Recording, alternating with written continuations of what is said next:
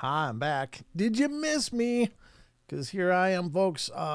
It's been a little bit of a whiplash night. I just got done over on the Blondes and the Booze with Krista, Brandy, Tex, and even Rob stopped in. And so I didn't know. I didn't know if it was an hour and a half show, but it was an hour and a half show. And I had to cut out and then quick get ready for tonight's show, which led me to be a few minutes late. But I don't often have an excuse for being late. I'm just late. But today, it was a great excuse. I had a great time with them and just have grown to love Krista and Brandy. And of course, Tex has been a wonderful friend and Rob as well. So I had a lot of fun. I got to get in touch with Paranormal Paul again. I miss that guy too.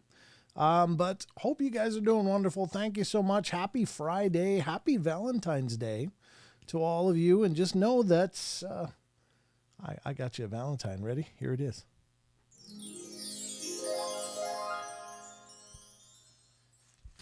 That's my Valentine gift to you. That's my love.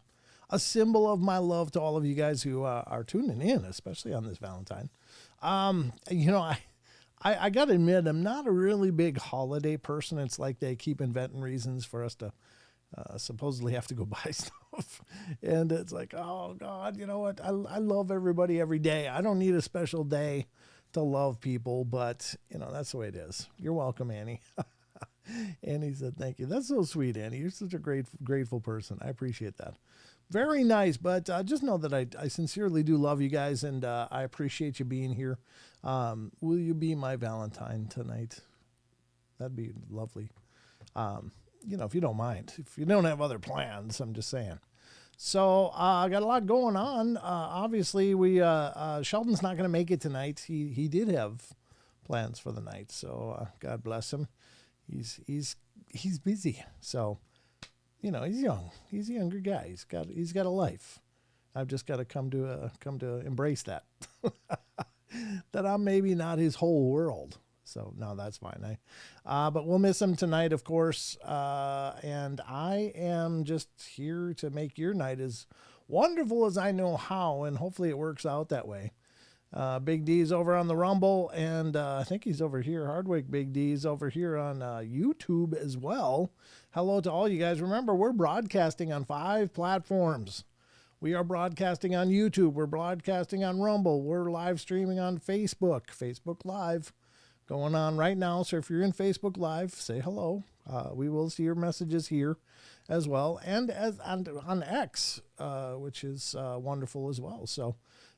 And then, last but not least, Twitter, which the reason I say it last is because I've been broadcasting over on Twitter or Twitch rather for a while now, and just a few people have stopped in all of that time to check out the show, and I appreciate those that have and that have tuned in to see what the hell was going on with this strange new channel popping up. But not a lot happens for the show through Twitch, but I'm going to keep doing it. Hey, Cindy Hughes, Stravoli. How do I say your last name, by the way, Cindy? I've known Cindy forever, way back before I had a show. Back on I think it was even back to the MySpace days, believe it or not. She was always so supportive about my music way back in the day, so she's hanging out. Strav Rules. I've never known how to say your last name, though. Go figure. I've just always known you as Cindy. But it's good to see you, Cindy. Thank you for coming in and checking out the stream. But hi, Cool Hand. Good to see you. T-Bone's in here. Henry Dong's in here. Good to see you. Jason Finch, of course, who is everywhere. It's always wonderful to see Jason pop up. He's such a wonderful guy and so supportive. Really appreciate it. Werewolf's here. I saw a werewolf in the last show as well. So that's cool. Brent Thomas is awesome, amazing, fantastic, and appreciated. That's all the love I could hope for right there in one message. So, Barbara Moore is over on Facebook as well. Hello, Barbara. Good to see you. I'm just looking at all of the names popping up. Mickey G is here. Good to see you, Mickey. I saw you over on the Blondes and the Booze as well, but that's not surprising. Yeah, she's another one of those people that's always present and taking an active role in every show. So, very cool. I'm tired, she says, I'll bet. You've kind of done a show marathon by the looks of it. John Stevenson is here. John Temprin. We got the Johns represented. Chucky Danger's up in here. How you doing, brother? Good to see you, man. I haven't heard from you for a while. You have to holler at me sometime.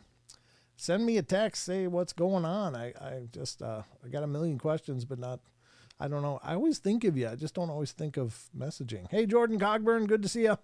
Jordan, you got a picture up there now. Good to see your picture, finally. Maybe you've had it for a while, but I just finally see it now. Who else is here? I'm looking through Jason Finch, I said. Hardwick, Big D, Jordan again. Annie Manul is here. Cool Hands here. T-Bone's here. Rachel gets it right. One of our fearless mods here on the channel and YouTube. Wonderful to have you. As is Chucky, as is several other people. We've got the greatest mods in the business. I'm just saying. Grateful Owl is here. Great to see you, Grateful Owl. Thank you so much for coming in. It's always a pleasure. Keith from 1675. Wow. It's quite a journey, Keith. Glad you made it. Michelle Wolfong's here. How you doing, Michelle? That's a great picture, too. I see you. I mean, they're little pictures, but it's just kind of neat to see you guys. Because otherwise I just see these, either it's a cartoon or in some kind of emoji or just a letter. So it's like, oh, there's Michelle. Great to see you, Michelle. Thank you. John Stevenson's got a great picture up. Hardwick's got a picture up there, too. Good to see you, brother. And Cool Hand, as does Just Insane. That's really small, though. I don't know what I'm looking at there. I think it might be your kid, but wonderful. Car Juice 2 is over in Rumble, just popped in. Good to see you. Good show with the blondes. Thank you, sir. I appreciate it. I mean, it's hard not to have a good show when you're just hanging out on someone else's show. It's real easy for me. I just got to sit there and answer questions or spout off with my opinion on stuff. So I like that sometimes. It makes my job easier. I'm just saying hello to everybody I can. Looking for any names I haven't. Larry and Shirley Bell, good to see you. Shirley, good to see you. Wonderful to have you here. I met Shirley and Larry over in Vernal last year. That was wonderful. We've known them for years online, but we actually met and had a great chat. So wonderful, wonderful people, longtime supporters of the show. And let's see who else. I'm just scrolling quickly through the names. See anybody I might have missed. Vincent Sanchez has popped in. Good to see you, Vincent. Became a member. Werewolf, good job, man. Woo! Now he's official. Now you're official. Good to see you, man. Thanks for doing that. That helps out a ton. I don't see any other names popping up, I don't think. I think I might have gotten the lion's share of them. If I missed you, I'm sorry. Mr. G Rides. Gregory's here. How you doing, man? Thanks for coming in. Great to have you here on the show and checking out the live streams, as always. If you're a listener of the podcast, you're going to come to realize in a quick hurry that this is a very different show. These live streams are a very different show from the podcasts. We just kind of do more of a variety show here, talking about a lot of varied things and having fun with it a little bit, not taking it too light or being disrespectful to the phenomena, but we just like to laugh. I'm a big fan of laughing and having fun as much as I can. So BJ Lapierre came in. Good to see you. Author and illustrator. Wonderful to see you. Wizard Moon, good to see you as well. So I think that kind of brings us current with at least the people that are chatting. And there's people. Oh, there's Paranormal Paul. Good to see you, brother. I was just saying I got to get in touch with you sometime. We got to do something again. You know what I'm saying? But got hopefully a good show lined up for you guys today. Of course, we're going to be getting to the news soon, and then we're going to get into the real life creepy pastas and touch on a few more of those tonight. And what the hell is this? No, it's YouTube suggests that I do like live commercials, kind of like what you see on Twitch, where the Twitch host will just roll a series of commercials, or you have to watch a series of commercials before you can actually watch the stream. But I don't like doing that. I don't like doing that for the live streams. I'm okay having ads on the video on demand when people are watching it later, but I don't know. It just kind of takes people out of the experience of being there hanging out with us. So T-Bone's gifting memberships. God bless you. Very cool. Dr. Jekyll got a membership from T-Bone. Sacred Grove Brothers got one. Lulu Bell got one. Midwest Night Watchers, that's a new name. Good to see you, I think, or maybe you've been around. Sorry if you have. And Brian Reynolds got one, so very cool. Very cool. I really appreciate you guys coming in. I like it when people gift memberships, not because obviously it helps me financially, but it's neat to see some of the names pop up of people that really aren't really actively chatting. They're not actively chatting in the chat, but they're watching. And it's neat to have a window into a few of the names of people that are just out there kicking back watching. So whoever you are out there watching, just thank you so much for being here. Of course, feel free to say hi in the chat, and it would be neat to see that you're here. I see numbers on a screen, so I don't know who these numbers are. So when people gift chats, gift memberships, then of course I get little glimpses into other people that are sitting back watching in many cases. So I saw another name pop up that I was going to say hello to. Eric Fry came in. Good to see you, Eric. And I like to do this at the beginning of every show. Just acknowledge you guys because, otherwise I'd be sitting here just talking to myself, But you guys have come in. You've taken part of your night, especially being a Valentine night. I mean, come on. That's the time of love. And I can't think of a better way to express my love to you than to say thank you. So that's all you're getting from Valentine's for me. But it's not because I don't love you bunches. Freaky Geek is here as well. Good to see you. And I think that might be it. So Jordan Cogburn, hello. I think I already said Jordan. Yeah, I did because I was remarking that he had a picture. Okay. I don't do this in any real order. So, but anyway. But we're going to get to the news. Again, it's just you guys and me. You guys are my co-host tonight. So if you have anything to add to the chat or add to the show, you want to ask a question or something, at least capitalize it. Make it all capital letters so that it really stands out. Those really jump off the screen for me in this chat scroll that I got going on. It makes it easier to see when you've got something that you want to say. Don't talk to yourself. The voices will get jealous. I always talk to myself. I always do. I'm always having tons of discussions, sometimes out loud, sometimes just in my head, but I'm always having conversations. It's really weird. I don't know what's wrong with me, but I managed to get this far, so I guess it's working for now. Anyway, there it is. I don't think I have anything else to say once again. Oh, one other announcement quickly, and it just got lined up literally about 20 minutes ago. And that is that tomorrow night I do have a guest. Usually on Saturdays, Tex comes and hangs out with us, but tomorrow, Paul just called me out in the live chat. What do you mean? What do you mean? I am the gift. What are you talking about, Paul? I got a shop when she gets all this. Are you kidding me? Oh my God. Sorry, I had to go on the side rail on that one. But tomorrow night, Brandy from the Blondes and Booze is going to be joining me. So on Wednesday we had Krista. Now on Saturday we're having Brandy. Brandy's going to join us tomorrow night, and there you go. Brent, it's linked with higher intelligence. Well, that's my story, and I'm sticking with it. I can't say that that's true, but that's what I'm going to hang on with. I'm going to use that from now on. Thank you, Annie. I appreciate that. If you talk to yourself, it's the only way to get an expert opinion. There you are. You're all right, sir. Sorry, Brent. Yeah, thanks, Paul, for calling me out. I hope she's not watching. Jeez. To the Rodney Dangerfield caller stretch. Yeah. So anyway, that's it. Let's get to the news and find out just what the hell else is going on in the world, because I pulled up some stories. Hey, Isaac, good to see you, brother. Great to see you. Say hello to Kirsten for me.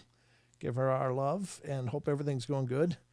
Anywho, yeah, exactly. Anywho, thanks, buddy. All right, let's get to the news because, my God, there's news to get into. And that's what we're going to do now. So, ladies and gentlemen, it's time for the news.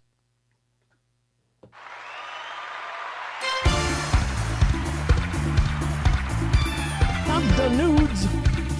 News.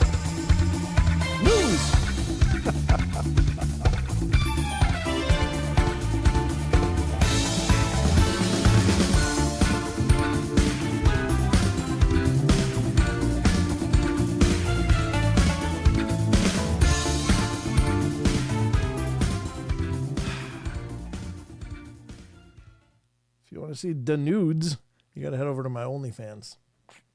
I'm not cheap. I'm just saying I'm not cheap. All right. No, there's no nudes, Paul. Of all the things that you might envision naked, I should never be one of those things. It's it's like a journey into science fiction. Trust me. I don't even like to see myself nude, so I can't imagine you guys putting up with that. So anyway, here we go. We are going to get into the news. As always, ladies and gentlemen, we utilize a lot of different sites throughout the course of the show, and I can only ask that you guys support these sites. Give them your love. Give them your traffic. And, I know you're going to find great stuff. So I utilize these sites because I really do love them and adore them, and they do a fantastic job. And I want to support what they're doing as much as we can. So please visit them. Please help them out because your traffic equals revenue for these sites. So please check it out. All right. Here we go. He called his old boss and told her happy birthday. What? I don't even know what BJ's talking about, but that sounds weird. Now I'm wrong news. I don't know. I can't put that together. I wish I had known the first part of that. Stop it, Jason. You're going to get silenced. Mods, silence Jason. No, I'm just kidding. Don't really do it, but because we love Jason, but there are no portholes here and none that you'll see on camera anyway. All right, let's get to the news. I've got a bunch of stories pulled up again, so let's get to them and find out just what they are, because I don't even remember. I did it a while ago today, and we're going to get into them now. So let's find out what I did. Even I don't know. That's the beauty of having short-term memory. All right, here we go. The first article is coming from an amazing site called unexplained-mysteries.com. I should probably breathe before I try to talk. I'm going to have to work on that.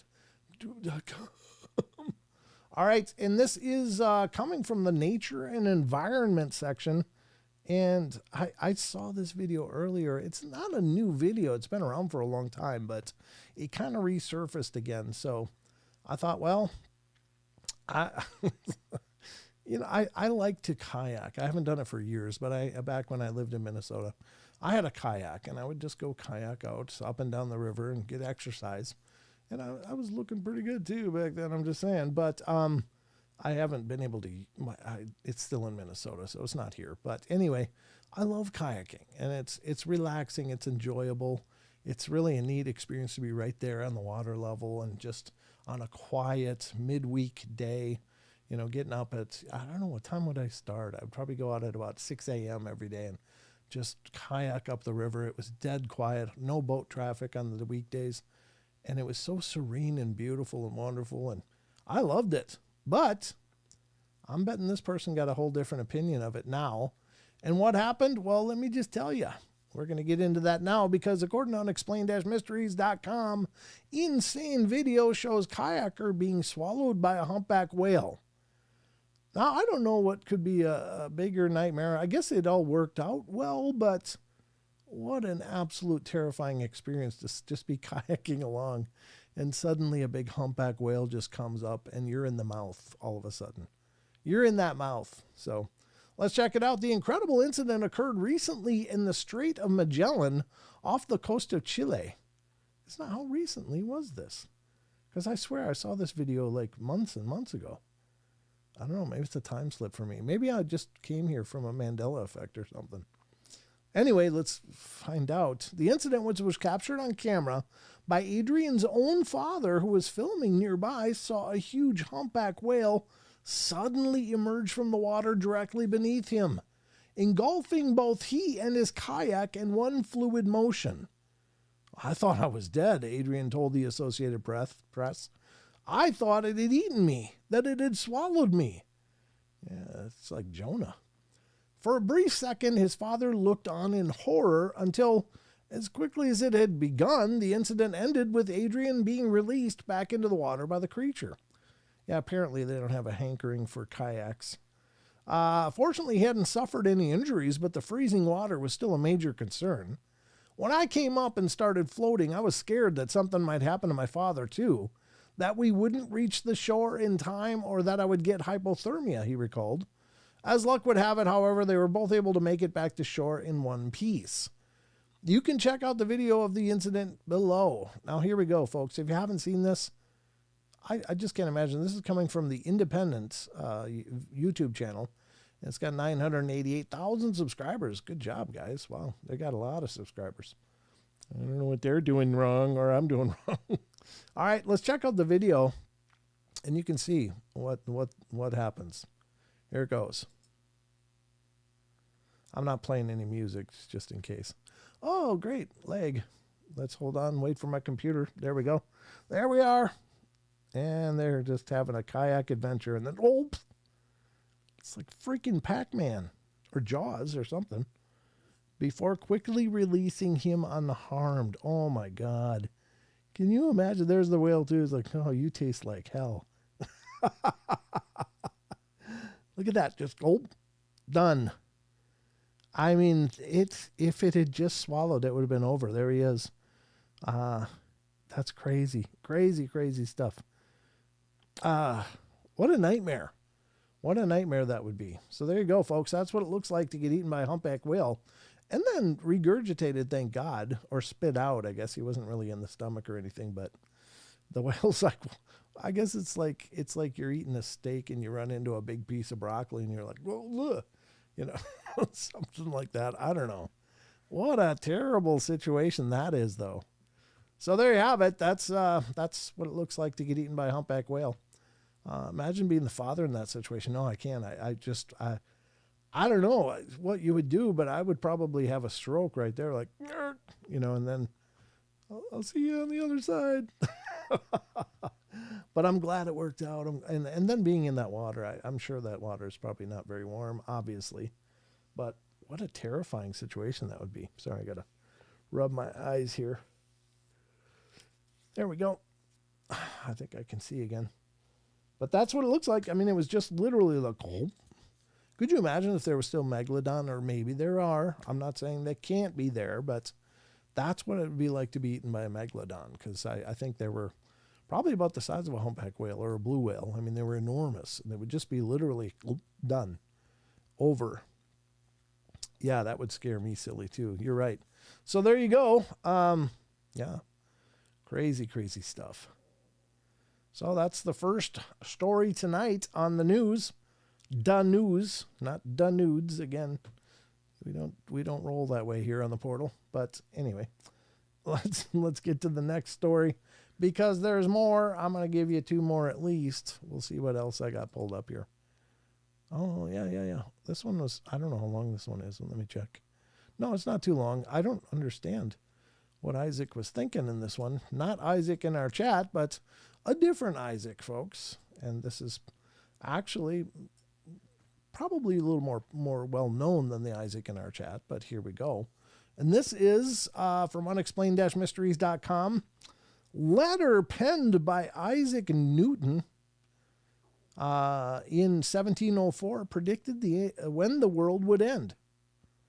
Well, how would he know that? I mean, the dude was the father of physics, granted, and a brilliant guy, no question, but well, I wonder what he felt qualified him to predict the end of the world. Well, let's find out what it says. The celebrated scientist that the world would believed that the world would end on a specific date, and it's coming up soon.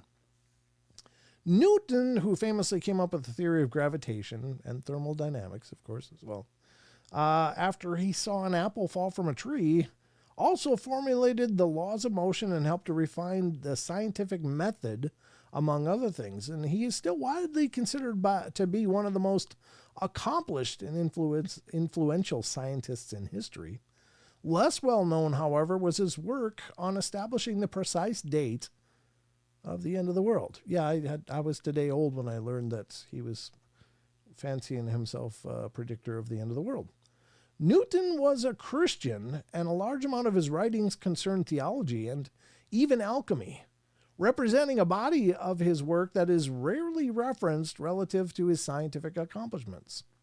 As part of this, he became fascinated with biblical visions of the apocalypse, and in particular, the Battle of Armageddon, which would see the forces of good, led by God, pitted against the forces of evil, led by the kings of the earth, thus marking the end of the world and beginning a new era of peace.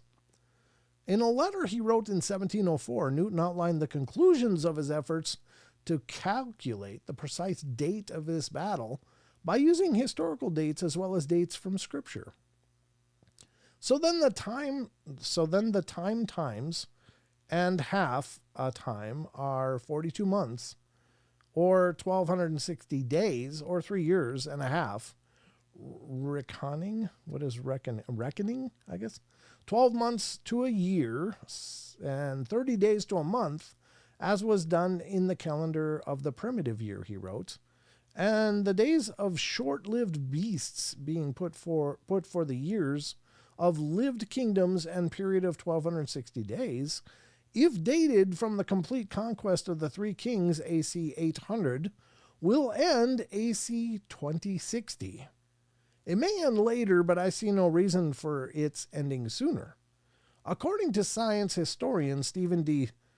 Snowbelin, however, Newton was ultimately wary of prophetic date setting and was worried that the failure of fallible human predictions based on divine prophecy would bring the Bible into disrepute. Okay. Fair enough. I would say, many people, for instance, Nostradamus apparently predicted, allegedly, according to some people's interpretations, that Atlantis would rise again in 1987. Now, being as I was around then, I was kind of curious to see if it would pop up, but it didn't. So, I think it kind of puts a hole in a lot of prophecy when dates come and go that aren't aligned correctly or whatever. So, and granted, Nostradamus's prophecies were really wildly ambiguous in a lot of ways, even though there's some specifics that seem dead on. It's easy to extrapolate many meanings from a lot of different prophetic visions of a future. So I don't know. Predicted the end of the world in 1999, Annie says. Meh. Yeah, I mean, after that, it's like, well, it didn't end. Or did it? Is that why we have Mandela effects now? That maybe we were jettisoned to a different version of reality because it did end. Maybe he was right. But we'll never know for now. Yeah, or did it? Great minds, Phil. Exactly. I often wonder about that. It's like the idea that maybe that dimensional or that version of the multiverse collapsed in on itself in some kind of implosion of sorts, and our consciousnesses were ejected into another version of reality, and that's why we have mirror, mirror on the wall, or magic mirror on the wall, or Berenstain versus Berenstein Bears, or different spellings of Fruit Loops, or the lion laying down with the lamb, or the wolf laying down with the lamb. Different really crazy versions of stuff. So the calendar is a lie, T-Bone says. Might be, I don't know, but it tells me I'm getting older every year. Damn calendar. Anyway, there you go. Isaac Newton predicted, apparently was kind of into prophecy, which is, I would have never guessed that. I would have figured he was very scientific and an empirical man, but being a man of faith, and I guess he felt that he should probably try to figure it out for people. So no harm, no foul, I guess, but that's how doomsday cults start. Let's just say that. And those generally don't go real well. So anyway, that's the second article. What's the third one? The third one, this one's kind of weird. I don't know. And is it wildly unusual? No. I think there's fault lines everywhere, but this one is kind of curious. Let's see what happens. And I'll bring you all up to speed on that as I drag it over and we dive into this one, because this one's coming from unexplained-mysteries.com, folks. And this one has to do with Area 51, believe it or not. Hey, Justin Good Earth, good to see you, brother. Glad you popped in. Here it is, unexplained-mysteries.com. Earthquake reported near secretive Area 51 base in Nevada. Wonder what's going on there, folks. What do you think? Let's check it out. The mysterious facility was rocked by reports of an earthquake centered a few miles away from the base, situated around 83 miles northwest of Las Vegas in the Nevada desert. Area 51 is the world's most famous secret base. It's It's hardly secret. Everybody knows Groom Lake, that's the base. A place that has become synonymous over the years with stories of reverse engineering alien technology and UFO-related black projects. It wasn't until 2013 when declassified CIA files were published that the U.S. Air Force officially acknowledged that Area 51, which is part of the Nevada Test and Training Range, even existed at all. Even today, exactly what goes on there remains shrouded in secrecy. This week, the base became the focus of renewed attention following reports of seismic activity within its vicinity, prompting conspiracy theorists to speculate whether or not this could be related to what's going on inside. Yikes. According to the United States Geological Survey, the 2.8 magnitude quake, which was felt in Las Vegas, was centered around 32 miles southeast of Beatty, B-A-T-T-Y, I think, Beatty, or 60 miles from the base. It occurred at 2:11 a.m. Pacific Standard Time Monday. In all likelihood, especially given how seismically active Nevada actually is, the particular earthquake was almost certainly the result of natural tectonic movements. Earthquakes in western Nevada are caused by the extension that is pulling Nevada apart and wrenching, created as the Sierra Nevada is pulled to the north because it is caught up in the Pacific North American plate motion. The earthquake drill website Shakeout explains. They called it Shakeout. That's funny. It's like, let's get a cool name for an earthquake site, Shakeout. Sounds kind of 80s, doesn't it? Sounds like a bad 80s movie. In other words, no secretive conspiratorial explanations this time. Or at least that's what they want you to think. Sorry, I got a cough again. Hold on. There we go. I'll go beta. Yeah, I don't know. Probably just seismic activity. I mean, honestly, sure.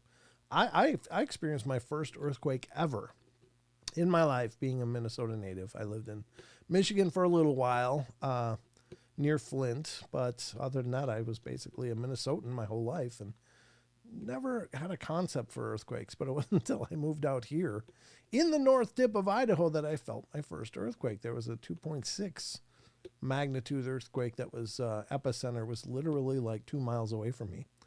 And I was sitting in my chair, much like this chair. It's not, though. It was, I think, that chair, which Don usually uses. Anyway, it was like somebody grabbed my chair and started shaking it. And I'm like, what the hell is that?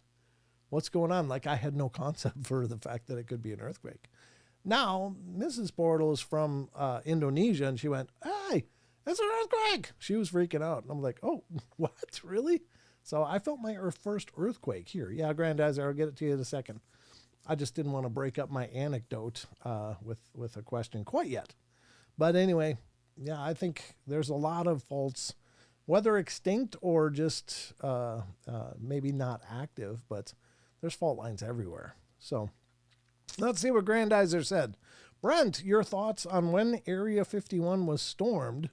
Good, bad idea? What purpose did it serve to you? Do you know or interviewed a person who was there at the event? Any other thoughts on it? Well, nobody actually stormed Area 51. It was just basically almost an internet meme. People did show up and they had a kind of a festival, but nobody actually jumped the fence and went in there.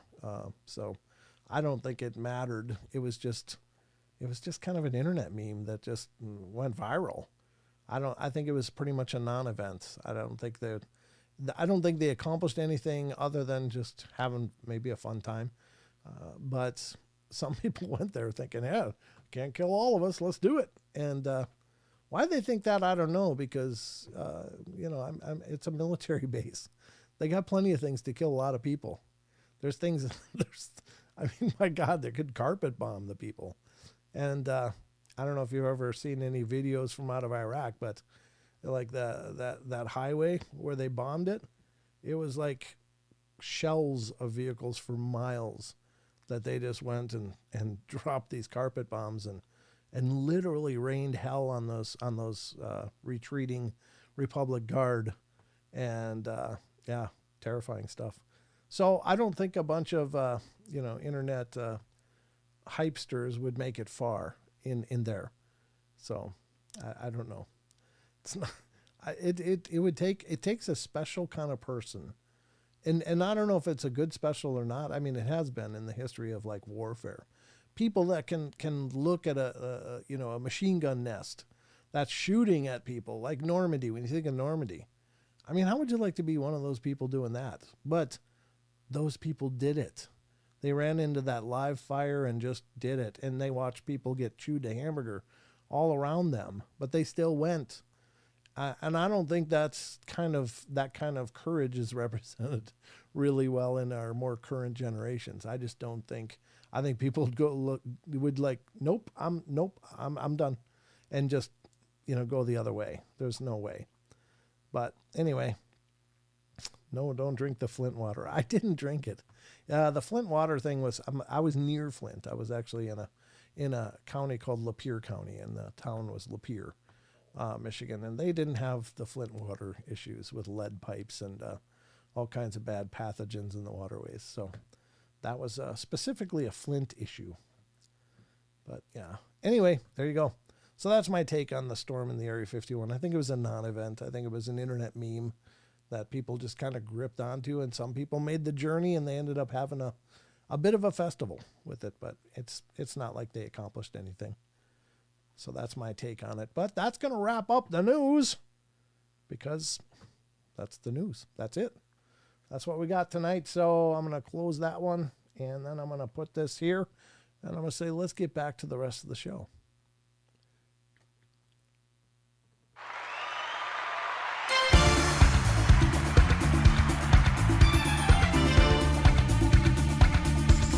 Werewolf spend in Lapeer.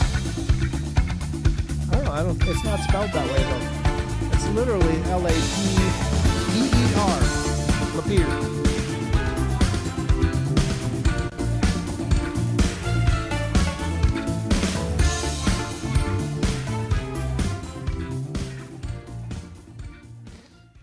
All right. Well, that's it for the news. We did it. We accomplished news. Do you guys feel informed? Did you feel like that was a journey of education and growth, or was that 20 minutes you'll never get back in your life? I'm not sure how you feel about it. Anyway, so let's get going. I'm going to dance right up to bed. Early day at work tomorrow. Good night. Good night, Paul. Good to see you, man. Thanks for stopping in, brother. Refreshing water. And this is not Flint water. This is actually Arrowhead. It's supposed to be spring water. I don't know if it actually is or not, but it's supposed to be. So anyway, we got a lot more to get to. Obviously, this is a full boat of fun here on the Paranormal Portal. What do I have? Oh, no, that's an old one. Okay, just had to check. Got a message. So I'm educated, should be medicated. Well, Yeah, no, Rachel, I don't disagree with you. Not that you need to be, that maybe I should be. There's got to be something to medicate the malady of my existence. No, I'm just kidding. I enjoy being me. I really do. I think we've all had, those journeys in life where it's like, God, you just feel like you can't hardly stand up sometimes. Like, and I've certainly been through many spells like that. That's just, man, life just kept knocking me down. But you just keep getting it up. And as you do that, I think it just, builds a better you. And I know I've been through a lot of crap. I've had some wonderful times in my life, had some really crappy times, but I don't know. I don't know why I went into that, but I just, sometimes some medication sounds like it'd be great just to numb it all. But other times it's like, no, I wouldn't want to miss a thing. I wouldn't want to miss a moment. So I guess I'm in that point now. Just hope all the moments are much, much peaceful and happy than some portions of my life. All right. Let's get to an article that we've been working through for a couple shows now. I don't know how far we'll make it tonight. We'll do a few of these. I don't even know what I got. I got a few cryptid stories pulled up. Let me look at this quick. Oh, yeah, I got that one. And I got that one. And, yeah, I got 2 from Phantoms and Monsters and 2 from Sasquatch Chronicles. So I might have to pull up something here. I might have to go into a UFO story tonight. We haven't done one of those for a while, and I said I was going to do more. So I'm going to do some from this article from ranker.com. And these are real-life creepypastas, and this is articles by Michael Choi, Choi. And it's a fantastic article. It's had some really good ones. It's a Reddit scrape, like most of these list articles are. But they're still fascinating. Now, of course, creepypastas, by definition, are fiction. They're narratives that were created by, creative writers, and they're fun to read. They're fascinating and entertaining, but they're certainly not grounded in reality, at least initially. I do believe that if enough people believe something's real, it becomes real. It creates a reality of its own. But these allegedly are real-life experiences that are just as strange as creepypastas, which I think is most of the paranormal, honestly. I actually think the paranormal is much weirder and shocking than a lot of the narrative writings out there. So narrative as in made up, I mean, not in, talking about somebody's narrative. I like to say I don't suffer from my insanity. I enjoy every minute of it. Just here and there, 66. Well said. Well said. I'm kind of with you. I mean, I know I'm not normal, but I don't think I ever want to be, though, honestly. I don't like normal. I don't like normal at all. I don't even like talking to most normal people just because it's just so boring. I like to have fun. What can I say? So anyway, I'm spiderwebbing a lot, but we're going to get to this article now. We are on, I don't know, these aren't numbered, but I know we're about halfway through this article or a little better. So let's see where we can get to tonight. And I hope maybe we can get through it. But anyway, let's get to this. This is from ranker.com, folks. And this article is his work is not finished yet, or not yet finished, whatever. And this is from, again, the ranker.com list, Real Life Creepypastas by Michael Choi. It says, when I was younger, I used to have horrible night terrors. Ones where I would wake up, but they would still be going on, and voices would yell at me saying they were going to end me, etc. Well, one night I was sent to bed early because I did something stupid. I might have read this one. I'm sorry if I have. I hope not, but I lost my mark. Like I had a bookmark on where I left off, and it got lost because I had to restart the computer for an update. So if I reread some, I apologize. I had to go to bed early because I did something stupid, and I don't remember what. And then everyone went downstairs while I was supposed to be asleep. Well, of course, I'm not going to sleep because I'm still wide awake listening to my parents downstairs talking about random stuff. And around 9:30 or 10 p.m., I started to feel really strange and feel like something is in the hallway. And it feels very innocuous. I get a sudden urge to get up and go into the hallway just to see what's there. My room is set up in a way that I couldn't see the hallway from my bedroom because there's a wall that hid my closet and then my door. So I got out of bed and slid along the wall to my doorway and looked down the hallway just to see what's out there. And I will never forget what I saw. It was a lengthy, cloudy black figure with eyes that were semi-glowing red. It was crouched in a menacing manner with very long fingers. Well, I was frozen to the spot, locking eyes with this creature. I knew that it hated me with every ounce of its being. And it started to move toward me like an ape. As it was moving towards me, I heard my parents start to come upstairs, and the figure melted into the floor, but not before letting me know that it would find me later on. I bolted back to my bed, crying a little from the shock and hatred I knew was placed on me by that figure. Well, fast forward to college when I am recounting this tale to a few friends of mine, and I decide to Google pictures just to see if anything looks familiar. Well, it took us a long time, but eventually I came across a photo of the same figure I had encountered and nearly had a full-blown panic attack. They are known as shadow people or shadow men, and they can be benign or extremely harmful.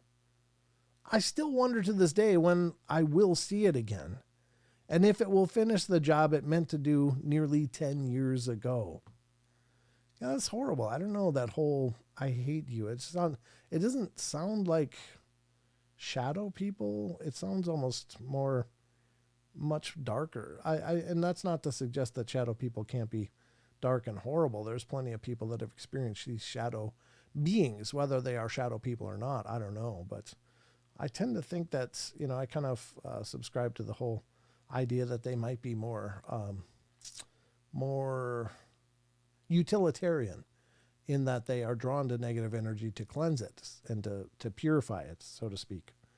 But yeah, what a horrible thing for a kid to see. All right, the next one is called the one last mysterious call. Well, I'll try to get through this without breaking down. It's still kind of chilling to think about. Around the time I was 19, I was deployed to Iraq. My unit worked with bombs, and honestly, I didn't know that I would make it home intact. About halfway through my tour, the Red Cross notified me, my unit, that my father was terminally ill. Within a week, I was on a plane back to the States.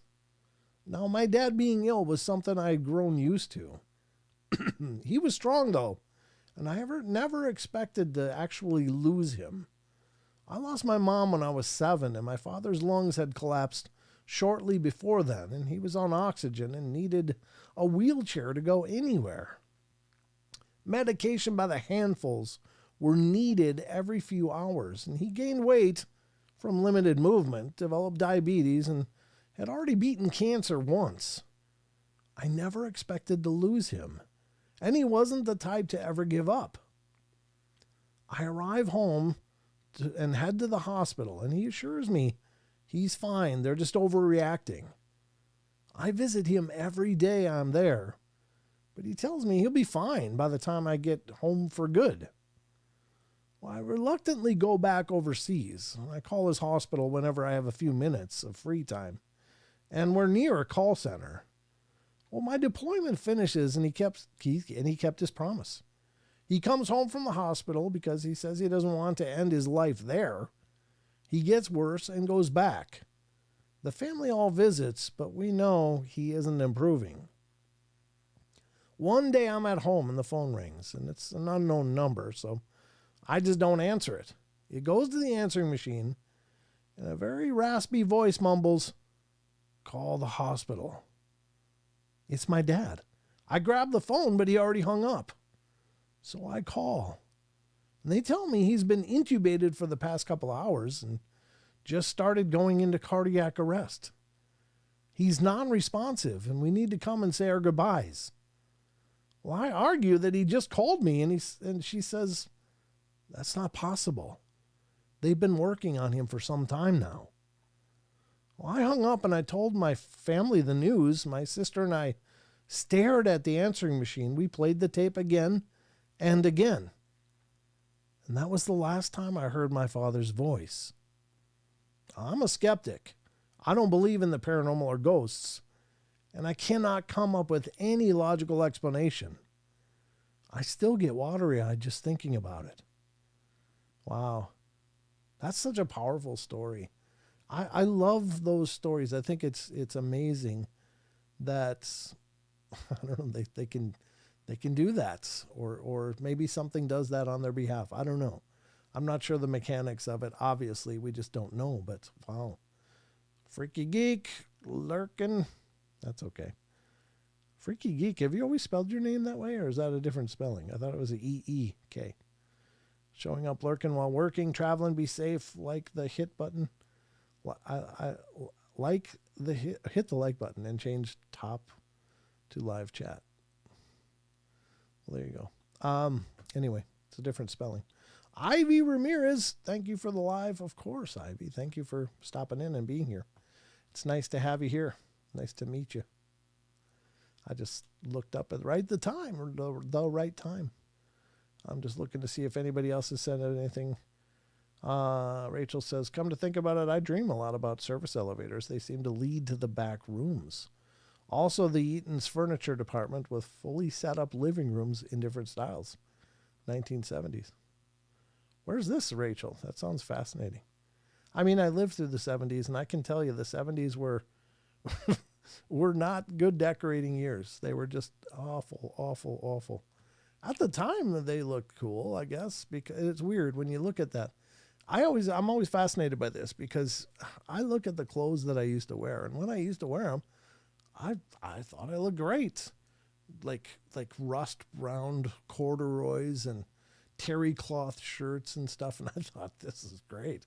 I look sharp. Everybody told me I look sharp. And then you look back at that stuff and you go, oh my God, what were they thinking? How could they dress me like that? How did they let me go outside like that? It's like, how does our idea of fashion change so drastically, like at the time? Man, we're looking like $1 million. Just ask us. But then you look back at a couple decades later and you go, oh my God, what was wrong with people? Were they colorblind? How did they get those colors together? It's like, you look at some of that 70s decorating, it's the loudest, most obnoxious crap that people ever put up. Yeah, puke green couches, exactly, Overlander. Yellow walls, houndstooth car seats. Yeah.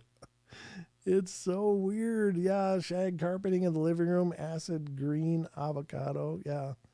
Oh, the color palettes were just atrocious. And the fashions were atrocious. I used to remember thinking bell bottoms looked so cool. I couldn't wait till I got old enough to wear bell bottoms because I was basically in corduroys most of my youth, but I didn't have any like bell bottoms. And I had a school teacher. His name was Mr. Johnson, and he wore bell bottoms. He was a handsome guy. I was like, God, he's so cool. I can't wait till I can wear bell bottoms. And then now I think, yeah, Bay City rollers. Are you kidding me? Cheers. Yeah, I tell you what, I don't know what people were thinking. Yeah, flamingo pink toilets or cushion toilet seats. Now I can see the merit in those sometimes. I call the bathroom around here the study or the den, but I do some of my best reading on there. But yeah, I mean, you sit down on those things and it's like the air comes out of them. It's like, and you just wonder, all of the stink and bacteria those things have absorbed from every ass that's ever sat on there. Like, what are you guys thinking? This is not good decorating. And carpeting in bathrooms. Carpeting. Are you serious? You know how much pee is all dried up in that stuff? Oh, God. Yeah, we were not a smart people back then. I mean, I was a kid, so I got an excuse, but incense everywhere. I still like incense, though. I still burn incense all the time. I remember toilet lids with the Jaws shark on the inside lid. Yeah, that'll get a poop right out of you in a hurry. Yeah. Maybe that was the point, Rachel. Maybe it was a scare the crap out of you. Thank you. Thank you very much. I don't know. But yeah, we just had horrible stuff back then. I don't know what the hell people were thinking. It's like everybody had a mutual psychosis. And they thought, yeah, this is the stuff. And you look at it now, it's like, oh, you guys are just absolutely obtuse. This looks horrible. Yeah. And the funny thing is we're probably going to get to a point where, we'll look back on the fashions of now and be like, God, we thought we looked good. We look like idiots, We're recovering from the 60s. Yeah, maybe, Eric. Maybe that's what it was. Maybe the whole hippie generation, maybe we all had contact highs in the 70s and we thought that stuff looked good. We're all in this big perpetual clam bake. I don't know. It's crazy stuff. Striped t-shirts, Justin says, bell-bottom cords or painter pants. Hey, I still like painter jeans. I still wear those. I love those things. Oh, uranium glass cookware. Yeah, that's kind of cool. I've seen that people collect that stuff and they put a black light on it. And that stuff it looks like it's something out of Harry Potter, it's like crazy. Yeah, very, very weird. Patchouli soap. Oh, Rachel. It wasn't a fan until decades later I knew what the smell was. I'm a fan. I don't mind patchouli. Some people crap on patchouli. It's like, they weren't patchouli, but I think those essential oils and smells are pretty cool. ABBA, you remember 8-track tapes? Come on. Those things were awesome. Looked like you had a bomb plunger. It was like an 8-track player with one speaker on it, and you could put the cartridge in there and slap that looked like a bomb plunger, and it would put the different track on and stuff. Oh, those were the days. Those were the days. Man, we thought it. Growing up in the 80s was better. Yeah, I grew up in the 70s and 80s. So I got to admit, I like the 80s better. Yep. Heavy Metal magazine. They still make clothes with shoulder pads. I know. I still got a suit coat that has that. It's not real old. And I'm like, God, get these. I don't want them out of there. I don't like them. Look like I'm playing football. Yeah. Who would have thought it? Anyway. All right, let's go to the next one. A phantom caller follows no matter what. Isn't it funny how random the conversations are at this show? I don't know. It's just the way things occur to me. It's like, oh, man, do you guys remember this stuff? It's funny because, I'm Gen X for sure. Yep. Red Edge Savage says, Gen X here also. Yep. Grateful Owl cut them out. Good. Yeah, I probably should do that to my suit coat. I wear a suit like once every few years, but I have a nice suit coat. It's just got those damn shoulder pads in it. I don't like it. All right, phantom caller follows no matter what. A few years ago, my brother would get a call on his cell phone around 2 to 3 a.m. every night. He would answer, and it was this hellish sounding noise like static mixed with screams. Well, he changed his cell number after a month of this, and it stopped. Then after a week or so, it began again. The same exact noise, exact same time.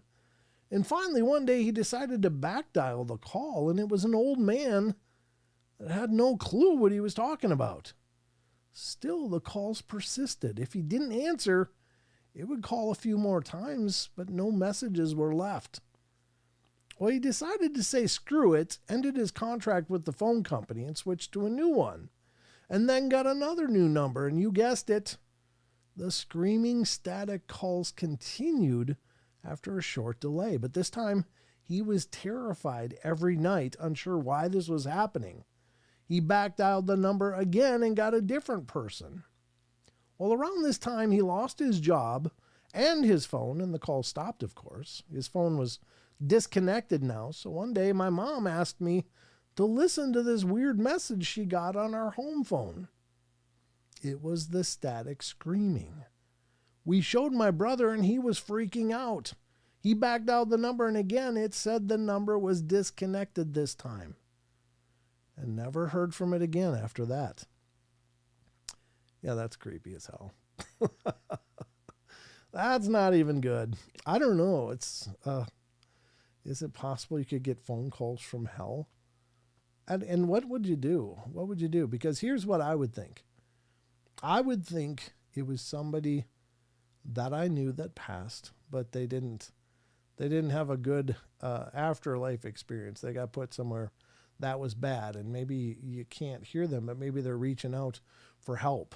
And I think the only thing you can do, the only thing I could think to do is just start saying prayers for the people that you've lost, that have passed on in your life, and just pray that they're in the light of God and they find their forgiveness and redemption and all of that stuff.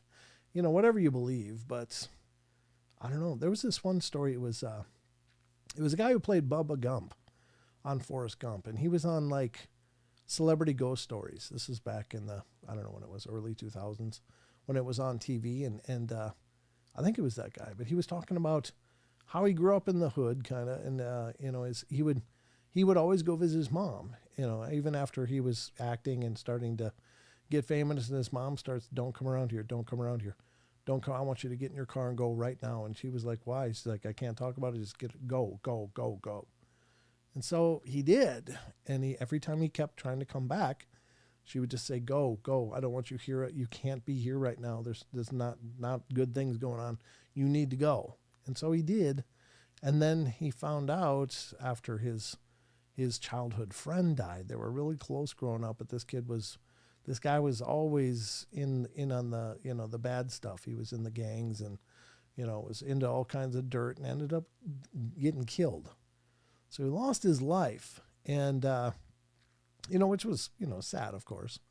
But he said that, after the funeral and all of that, they he was at his home, and he got a phone call, and it was real staticky. He answered the phone. It was like a wall phone. He answered it. It's like, hello, hello, and it was really staticky, but he could make out his friend that had passed. You gotta help me. You gotta help me. They're coming. They're coming. You gotta help me. And he's like, what do you mean? What's wrong? What's going on? I can't tell you. And I think the phone disconnected, and then called back another time and saying, they're coming. They're going to get me. You got to help me. Only you can help me. Only you know how to help me. And he's like, I didn't know what to do. I didn't know what I could do, what was going on. But he said, I could hear the screams of things getting closer and these horrible sounds and his, deceased friend's voice. And then he said that suddenly, one of the calls, like there was 2 or 3 calls. And on the third call, let's say it was the third call, I'm paraphrasing here, but whatever these screams are and noises are finally got him, and we're dragging away. He's like screaming, God, please help me, only you can help me, please save me. And that was it. He never got another call after that. And he's like, to this day, I don't know what he wanted me to do. And the only thing I thought is, why didn't you pray for the guy? Pray for him. I mean, what else can you do? But maybe that was what he was asking for. Please pray for my soul, or something. I don't know. Yeah, exactly, Freaky Geek. I mean, what a helpless feeling that was. Brent Thomas, do you remember that EP on the old Twilight Zone when the great Bill Mummy, where he could talk to his grandmother on the phone after she passed away? No, I never watched a lot of the old Twilight Zone Grandizer. So I think you're talking about the black and white, old one. But no, I'm not really familiar with a lot of those. Rachel says, I got a message on my answering machine that was babbling, and it sounded deep and demonic, almost like the classic demonic sounds. I probably still have the message on my machine. Wow. Yeah, if you could record that, I'd love to hear it. I mean, that kind of stuff is really extra creepy because, I do believe there's horribly nefarious energetic things out there like demons, and by listening to things like that, you think, God, is this a risk just hearing it? Because I do know that energy follows intention, and so maybe it creates a circuit of sorts, but I would still be interested in hearing it. I forgot what I was going to say. I was going to say something. What was it? Damn it, I forgot it. I lost it. Slobbering noises too. Wow, that is creepy. I don't know. Yes, Brent, the 60s Twilight Zone. Yeah, I'm not real familiar with those Grandizer. I mean, obviously, I have seen some episodes, but that was a little before my time. And even though they were still in syndication, I usually didn't watch black and white TV when I had the option for color. I was like, nope. Oh, I remember what I was going to say, and there's why, because Deb popped in. So there was a time here on the show when we used to have Deb on, and she would do psychic readings for callers to the show. And we had wonderful, wonderful years and years and years of her doing that. And if I still had a phone line, we would still do it. But I don't currently. If I ever get one again, I'll see if Deb's able to do it all over again. But there was one time, and Deb, you can verify this, that we got a call. And it started out sounding like a person, and I don't remember the name they gave us. But then the voice changed and said, oh, she's not here anymore. It was all sinister and stuff. And both Deb and I just kind of like felt it at the same time. We talked after the show. But the energy changed. It shifted. Like this person had like an attachment or oppression or something of something extraordinarily dark. And it was taunting. It was taunting. It's out there on one of the episodes when Deb was doing calls. Do you remember this, Deb? When the possessed person called in, and I just said, "What's your name? What's your name? What's your name?" Because, in exorcism rituals, they try to get a demon to name itself, but it wouldn't do it. It wouldn't do it. But it was just like, she's not here anymore, and the voice changed, and it was really, really creepy, but that was here on this show. And I mean, it felt horrible. It felt horrible just from an intuitive level. But Deb, you'll have to tell me if you remember that. I know you must. But it was a creepy. Call up Brent, make a prank phone call. Yeah, don't call me and do pranks. I did have, that was the other liability, is sometimes I would get call-ins and it would be somebody that would just go into just this horrible, hateful racial tirade, putting down races and stuff. And it's like, oh, you dick. Oh, you bastard. Because, I would just answer the calls. And so it got to be kind of a liability in that way. But yeah, that was really creepy when Deb was doing that. And we had that happen. Yeah, Deb says it was weird as heck. It really was. And you could feel it. You could feel the energy just shifted once that other voice took over. It was like, oh no. But it was also kind of weird because, is it for sure real? Well, I don't know, but I'm here to tell you that I could feel that whatever I was talking to had a whole different energy, and it felt dark and horrible. And it was creepy as hell. Creepy as hell. Yeah. So there you have it. But I do for sure. Very weird. I don't remember when that was, Deb. If you can remember, I'll try to pull that up for a clip. But is your refrigerator running? Hopefully. Otherwise, I got some bad milk in there. I'm just saying. That's not a good prank call anymore. So anyway, that's pretty crazy. Phantom phone calls. I think it's a fascinating concept, though. Here's one. This one might not be as paranormal, but creepy. Hannibal Lecter Jr. My dad used to work in a juvenile detention center in the Miami area in the 70s. He said there was one inmate that reminded him of a young Hannibal Lecter. He wasn't strong, but he was smart and very persuasive. One day he started a riot in his block of cells just by talking the other inmates into it. My dad and the other guards were sent in to check it out and try to calm things down, and everybody in the block was going crazy, banging on the bars, howling and yelling at each other, everybody except for young Hannibal Lecter. He was standing still in the middle of his cell with his arms folded, smiling and muttering the same phrase over and over quietly. My dad tried to focus on what he was saying, and after a couple seconds, he understood.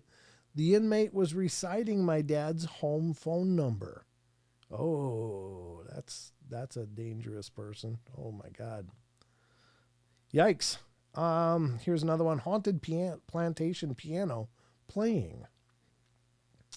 When I was in 8th grade, I went on a school trip that was called the Louisiana Tour. And it was mostly going around to significant sites in South Louisiana. And one of the places we went was Myrtle's Plantation, which is considered to be one of the most haunted places in the country. And there's all kinds of stories about the place, but at one point we were standing in a room as part of a larger group, and the tour guide was talking about something. I don't remember what, but as I'm standing there, I start to hear what sounds like someone hitting a piano key. Well, after I heard it a couple times, I started to look around for the source of the noise.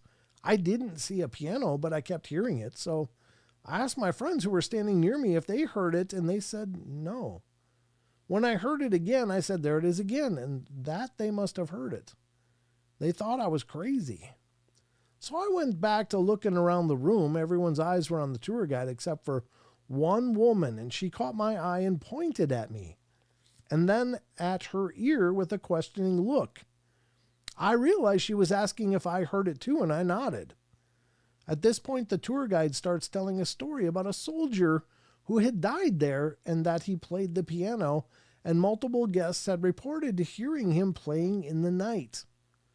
I honestly don't know what to think. I guess I still don't.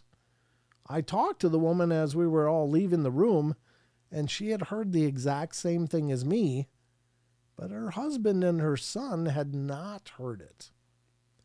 Wow. Yeah, that's weird. That's the weird thing. Hi, Overlander, BC. Only time I've ever heard a voice that wasn't from anyone or anything that I could see. Oh, yikes. That's creepy. I don't know what the actual meat of that was, but... Oh, it says, I heard a voice once. It was loud and primal. And it wasn't words, it was a snarl. It was in a room where someone had just amputated or attempted to unalive themselves. Yeah. Yeah, I wonder about that. I wonder if some of that isn't oppression of a demonic sort, just creating sadness and hopelessness in people until they just decide it's just not worth it, and they undo it. But wow, that's quite a correlation for sure. All right, here we go. That was the haunted piano. I think we'll do one more and then we'll move along. Whatever Bunny wants, Bunny gets. When I was about 16, my little brother, who was 6 at the time, started telling me about a rabbit who would come and visit him. Well, I just blew it off thinking it was just his imagination. The next few days, it's all he talked about, how the rabbit would open a hole in the wall, and he said he left his body and went through the hole. And the rabbit showed him places and told him things that, when they get back, he couldn't remember. I just told him he's probably just dreaming all of this. Well, that night there was a scratching on the wall in my room. I looked around and couldn't find anything that making that noise and decided that it must be something outside or a mouse got inside the wall. Well, it just got louder and louder until it finally got dressed and went outside. Nothing was there. I went back to my room where the scratching was still going on. Well, I hit the wall a few times, hopefully scaring away the rodents, and it stopped for a few seconds and then continued. It kept going until around 3 a.m., and then it just stopped completely. The next morning, we were eating breakfast, and my little brother didn't say anything about the rabbits. As glad as I was to finally not hear him talk about it, it just wasn't normal, so I asked him, "Did the bunny see you last night?" Now, what he said chills me even today. He said, "He didn't take me anywhere last night. He told me he was trying to see you, and you wouldn't let him in. He said you tried to hit him." Well, after that, I started asking questions about this bunny, and all I got was it would take him places and tell him secrets. The stuff he learned, he would forget when he came back. Also, the bunny wasn't just a bunny. He supposedly looked like the guy off of Donnie Darko, but more realistic version. But the movie hadn't been released yet. The bunny finally quit coming around after another week. And when he tried to get my brother to come live with him, my brother said no, and that he wanted to stay with his mommy and daddy. The bunny has never been back since. Sadly, my little brother passed 10 years later. Aw, that's sad. Wow, that's creepy, creepy stuff. I guess we'll stop that one there. That's very interesting. It is creepy, though. I want to see how many more are left here. Hold on. Yeah, there really isn't that many left. We might as well finish this. I guess we'll just finish it because there's only like 4 more left. So in the sake of moving on, let's move on. Here we go. A strange warning from a stranger. I was once featured in a St. Jude's Survivor newsletter when I was about 5 years old in the early 90s. The newsletter went out across the country and apparently into Canada. And there's this guy named Mitchell who called my family up out of the blue because he had read my cancer survival story. He lived somewhere in Canada and claimed to be this big-time Christian and wanted to talk to me. Wanted to talk to me, God, and prayer. Well, my mom let him talk to me for whatever reason, and the guy actually just wanted to talk to me about the TV sitcom Elf. This Canadian dude named Michael was obsessed with Elf and somehow got a hold of our mailing address and sent me tons of Elf merchandise, coloring books, pencils, Elf, everything. For some reasons, my parents let him talk to me whenever he'd call because they bought into his God stuff and liked how he sent me Elf crap. Well, this went on for about a year until he asked me if I'd ever heard of John Wayne Gacy. He told me who he was and that he had escaped him when Gacy tried kidnapping him when he was a kid.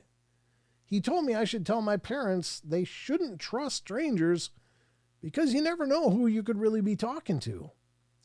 I remember he didn't sound menacing when he said it, just matter of fact. Of course, my parents freaked out when I told them that, and they changed numbers and called the police, and they never really did anything since the guy did live in Canada by all accounts and hadn't really threatened me. Also, keep in mind, Mitchell somehow had our mailing address and knew exactly where we lived. We had plans on moving soon anyway, though. Fast forward 10 years to about 2001. We live in a new house, a new state, everything unlisted, and I'm 15 now. What did we get in the mail? Yep, you guessed it. A freaking elf coloring book. Yeah, that's all kinds of twisted. Yeah, if somebody just randomly calls you and says, hey, I read your story, I want to talk to you, that's screaming red flags. There's some twisted souls out there. Here's Tanya, an accident and a vanishing act. When I was a child, we'd frequently get calls from a woman named Tanya. Didn't seem like a big deal. She had the same last name as us, although it's quite a common one around here. Well, they got calls for a woman named Tanya. Well, when we moved across the city and phone books stopped being the go-to for finding someone's number, the calls for Tanya gradually stopped. Those days seemed to have ended, and we carried on, forgetting about the mysterious Tanya. It was about 4 years ago that she popped up in our lives again. I was driving home from work one afternoon and was greeted by a pretty grisly car wreck at the turn to my house. 2 cars had collided, and one had wrapped itself around the signage pole that had house numbers and directions on it, one of which was my house number. Several days later, we get a call from police. They asked if Tanya was at this residence. Her car was found wrapped around a pole down the street from my house, and she was nowhere to be found at the accident site. We haven't heard about her since. Tanya's got 9 lives or something then. She's a creepy woman. Screaming from the Vents is next. I was at a friend's house around 12 years ago. We're in the basement watching TV when his mom's boyfriend comes down the stairs and tells us to keep it down. We look at each other confused because we were literally just watching TV, and it wasn't on high volume at all. And we said we weren't being loud. And he said, you weren't yelling? Well, we shook our heads. He just sort of does the, look and tells us he and my friend's mom had heard someone screaming coming down from the furnace vents. So he thought it was coming from the basement where the furnace was. We didn't hear anything, and we were like 15 feet away from the furnace. Sadly, I can't verify the next story because I wasn't there, but my friend from the basement and another friend say they were upstairs in the kitchen one night hanging out, and they heard a scream, clear as day, coming from one of the furnace vents. Freaking them out naturally, but I never did get to hear it. Probably just metal creaking, but it was weird, and that we were so close to it and didn't hear anything that could be interpreted as a scream. Yeah, it makes you wonder. Here's the last one. Grandfather's ghost cracking jokes. My grandfather passed last year, sometime when my son was maybe a year old. We had dinner with the whole family every Friday night, so my son had seen him several times. My grandfather was a very quiet, proud man, but when he thought he was alone or unseen, he would make silly faces at my son just to get a laugh. Well, a couple nights after his funeral, my son, who liked to crawl into bed with us in the middle of the night, started just laughing uncontrollably at like 2 a.m. So I get out of bed to see what's going on and find my son sitting in the middle of the living room in the dark laughing. And I say, hey, buddy, what are you doing? In toddler speak, he says, Papa funny. Well, I got a little nervous for some reason and went to pick him up and bring him into our room for the rest of the night. And as I'm hauling him away, he says, bye, Papa, and blows a kiss at absolutely nothing that I can see. Ooh. Yikes. Creepy stuff. Creepy stuff. But I think that's a beautiful story, honestly, because, this is a family member. So obviously he was coming to visits on his way out. We had to pass on a couple of bunnies when the kids were little because they were so scary looking. The bunnies were scary looking? Really? Scariest bunny is from the Twilight Zone movie called It's a Good Life, I think it was called. What is it with bunnies in the chat? You guys went nuts on bunnies. That's hilarious. I see a bunch of bunny talk. Our local rescue does pictures of your pets and children with the Easter bunny. The bunny they got one year was so scary looking, the kids were all scared and screaming. Do you ever look at some of those old pictures? Let me see if I can pull one up. I think I got them on my Instagram. I think I do. Hold on. Let me just pull up one. Absolutely creepy. The pictures that they used to use to depict the Easter bunny. It was not a good look. But I'm waiting for Instagram. Sorry if you're lagging out. You probably are as this is loading. Show, how's the weather? No, I'm just kidding. Here we go. I think we're about there. Let me click this. I'm just going to see if I can pull one up. I got to scroll down on my Instagram feed. If you're on Instagram and you don't mind, please check out, it's Paranormal Portal Radio is the Instagram page. You can see lots of images, some funny, some disturbing, some creepy, some humorous, but lots of great stuff. I don't know. I haven't touched this much for a long time, but it's very, very interesting. I'm cracking up as I'm seeing some of these myself. Interesting stuff. I'm just looking for one of them because I know there's a picture of the Easter bunny on here from an old photo. And it's like, oh, yeah, no kidding. Maybe not. Maybe I'm wrong. I thought there was. I just scrolled all the way to the bottom and I don't seem to see it.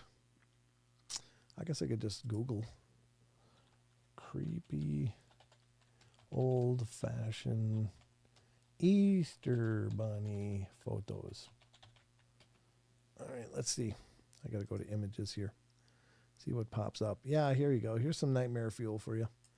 Might bring back some bad memories for some of you if y'all had seen this stuff before. Got to wait for the lag. Oh, come on. I didn't want that. What in the hell happened? I don't even know what happened. Hold on. What in the hell? It's just gone. My tab is gone. Where is it? Here. There it is. Okay. Here it is. I did pull it down. Okay. It's coming. I'm going to show you some creepy ass Easter bunny stuff from the old days. And this is the kind of crap that they wanted people to bring their kids to sit on the Easter bunny's lap. So some of it is obviously meant to be creepy, but others are just oh my God. Are you serious? That can't be real, can it? Check out this one. This is a 10 on the disturbing scale. What in the hell is that? Are you freaking serious? Who the hell would put that picture out there?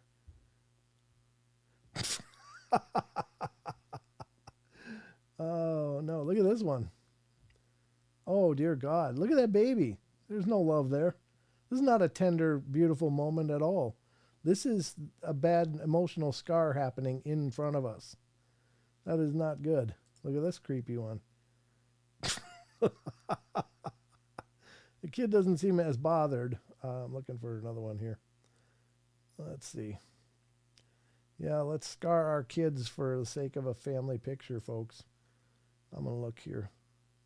Some of them are really, really creepy, bizarre, but I'm looking for some of those. I mean, some of them are obviously dramatically memed out and stuff with sharp teeth, and that's clearly not what the Easter Bunny ever has been depicted as. But, yeah. You don't want to emotionally scar your kids while you're trying to celebrate a holiday. Look at this little face. That poor darling. Oh, she's just like, no. And that's a sweet looking bunny, though, too. I mean, that's a good looking bunny. But she's just like, hell no. What have you done? Why? Look at that look of betrayal in her eyes. Like, why did you put me here? Why did you do that? I thought you loved me. Yeah, I mean, yeah, there's a bigger version of that. That poor little sweetheart. Look at her. She's like, she's so confused and sad. It's like, but why? Oh, that just breaks my heart. Look at that. Look at that face. That's, what? Who the hell would do that? Here's an oldie. That kid doesn't look like he has too much of a clue anyway, so he'll be okay. He probably is not going to be scarred by this, but I mean, look at that. What the hell? There's another old version. Happy kid, though. Look, I'm sitting on this creepy man's lap. Ugh. The creepster bunny. You got to be kidding. Look at this one. Looks like an alien gray. That is not good. Don't put your kids through hell for the sake of a photo, folks. Protect their innocence. By God, protect their innocence. It's up to us. We can save them. All right, what do we got for time? We are actually not doing bad. Because... sorry. Had to get a drink. Yeah, there's a lot of twisted looking ones. Hey, Jaron, good to see ya. Reminds me of when I became afraid of Santa Claus. Laws. Yeah, that's not good. Some look like the costumes were left outside under snowdrifts for a couple seasons. Yeah, they're not even sweet looking though. But that little girl with that just devastated look on her face, like, why? Amy Creel says, that's horrifying. Baby will have lifelong fear of rabbits. Yeah. Yeah, they don't look happy, do they, Grandizer? Yeah. Not at all. And can you blame them? It's like, oh, let's get a beautiful picture of you. Santa's an anagram for Satan. I don't think that's, well, I mean, it can be decided to be an anagram. I don't think that's, Santa is a Hispanic way of saying saint. Santa. As far as I know, but I don't think it's an anagram for Satan at all. It's just a Hispanic version of saint. Santa Maria, for instance. But anyway, and they say Bigfoot patio Santa means saint. Yes, it does. I agree. D Oceans, Deep Woo. I agree. Night of the Lupus. Hi, Brent. Can you... What? Can you get Wes Germer to start talking about the Department of the Interior and the cover-up of Bigfoot again? What happened to that guy? He was on the trail and gave up. Yeah, I don't usually insert myself into Wes's shows or what he's doing, and he doesn't do that to me. So, but I appreciate you asking. I just, Wes is doing an amazing job all by himself, but I don't have any professional sway like Wes. People want you to do this. You should do it. He'd look at me like, you can do your show. I'll do mine. But I hear what you're saying. I mean, it's some things we find interesting, some things less so, but doing a show, you just never know. I mean, sometimes you go down certain rabbit holes. I've certainly tried things with the portal, and some people have been, this is great, and other people have been, this is the worst episode you ever did. And it happens. I mean, you'll never make everybody happy all the time, but you just do your best to provide the best entertainment you know how, and hopefully it resonates with people. In Roman, it was Saturnalia. What's that? What are you talking about, T-Bone? I don't know what's going on there. Saturnalia is, it has to do with obviously it's a planetary body, but based on the gods, the Roman pantheon, if you will.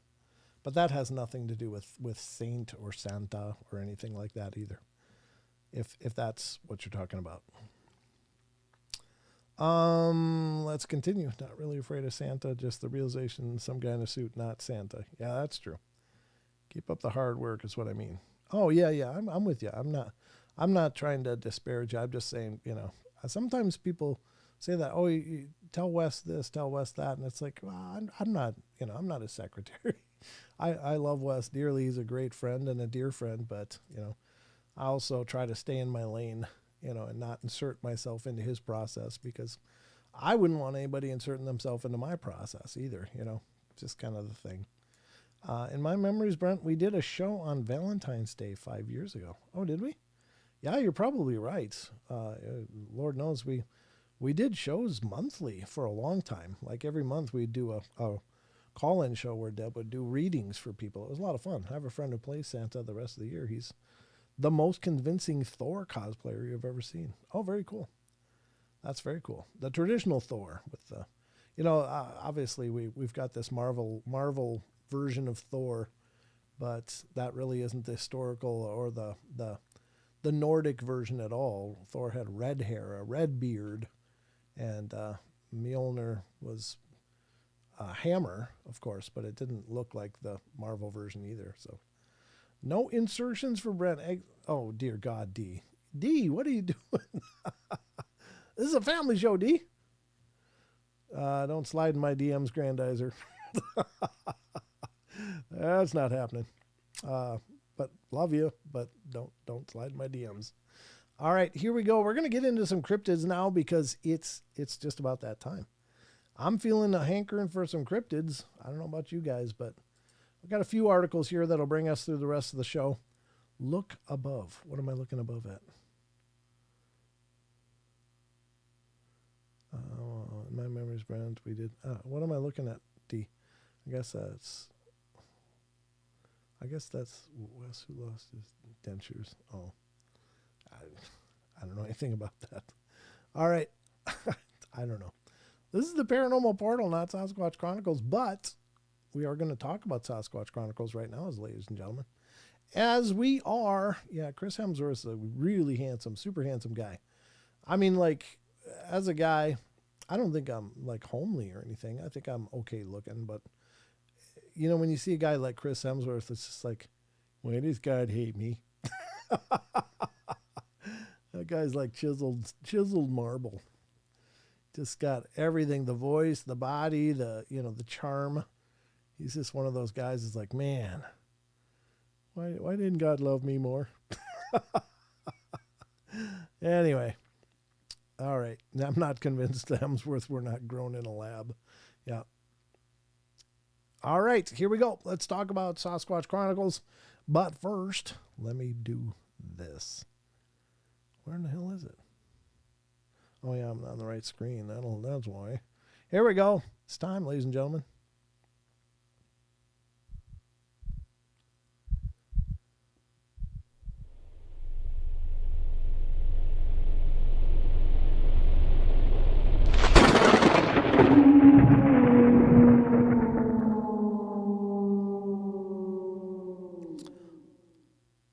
Ladies and gentlemen, time for the Cryptid Corner, where we talk about all the creatures and beings that may very well surround us in the wilds of the world. Sometimes in the not wilds of the world too, which is extra creepy. But anyway, we're going to start out our journey on Sasquatch Chronicles. Special thanks to Wes for letting us use this. We appreciate it a bunch. And here we go. This is from the Sasquatch Chronicles blog from February 13th. It stopped dead in its tracks just on the light's edge. A listener writes, my eldest son Tyler and his younger brother Will visited a close friend one weekend in Hobart, Oklahoma. Around 2006, it was late at night. The summer had just begun. Well, they eagerly set out to explore the lush pine forest encircling their friend's house. Although they had ventured into familiar woods at home countless of times, the sprawling expanse of trees on their friend's family property held an irresistible appeal. Several towering pine trees made uncovering hidden trails and secret clearings a true adventure for the boys. When Tyler shared this story with me at the time, I wasn't thinking about Bigfoot, and I doubt that he was either. It wasn't until recently that I started listening to various podcasts and watching videos about Bigfoot and its behavior that it prompted me to bring it up with him. And this is his story and how he recounted what happened on that summer night. The three boys started walking through the large field and talking amongst themselves as they approached the small trail into the dense woods. When Nick, their friend, suddenly heard a knocking sound. However, no one paid any real attention to it, and they just continued walking on. But as they journeyed further into the darkness, Ty had said that he felt a strange uneasiness, as if danger was close by. But they had all been out in these woods before, and nothing had ever bothered them. So he just shook it off and pushed back his concern. But then, seemingly out of nowhere, something massive started charging through the woods towards them. Well, the boys, around 13 to 14 years old, didn't know what to do. With nothing to protect themselves, they ran. Each described it as massive and so big they could actually feel the ground pounding as it approached them. Well, Ty remarked that he would never forget the sound it made. It was so intense that he could hear it breathing as if it was breathing right down his neck.